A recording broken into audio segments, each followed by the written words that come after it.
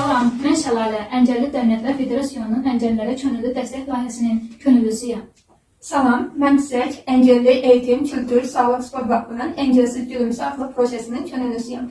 Bu gün dil dəstəyində Azərbaycan və Türkiyənin gəzməli, görməli yerlərini tanıdacaq. Qubada gəzməli yerlər bunlardır.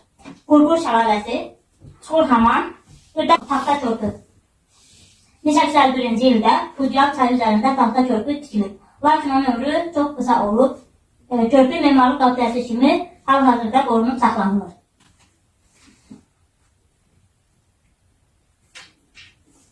Xan Qalası.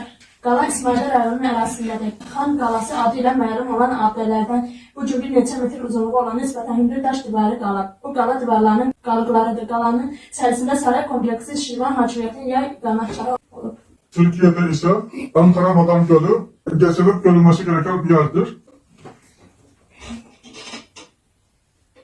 Turistlərin Gədəbəydə ən çox ziyarət elədiyi gözəl yerlərin adını deyəcəm. Koroğlu və Cavanşir qalası buraya yalnız piyada qalxmaq mümkündür. Şirşira şəlaləsi buraya avtomobil yolu yoxdur.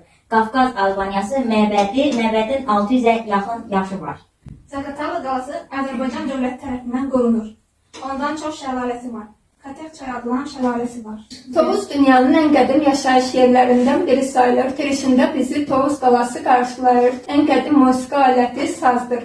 Tovuz şəhəri hər tərəfdən dağlarla əhatə olunmuş bir şəhərdir. Arasında 4 vadi vardır. Ağdərə, Axınca, Əsric və Xınna vadisi. Təkcə Əsric vadisində 36 bulaq vardır.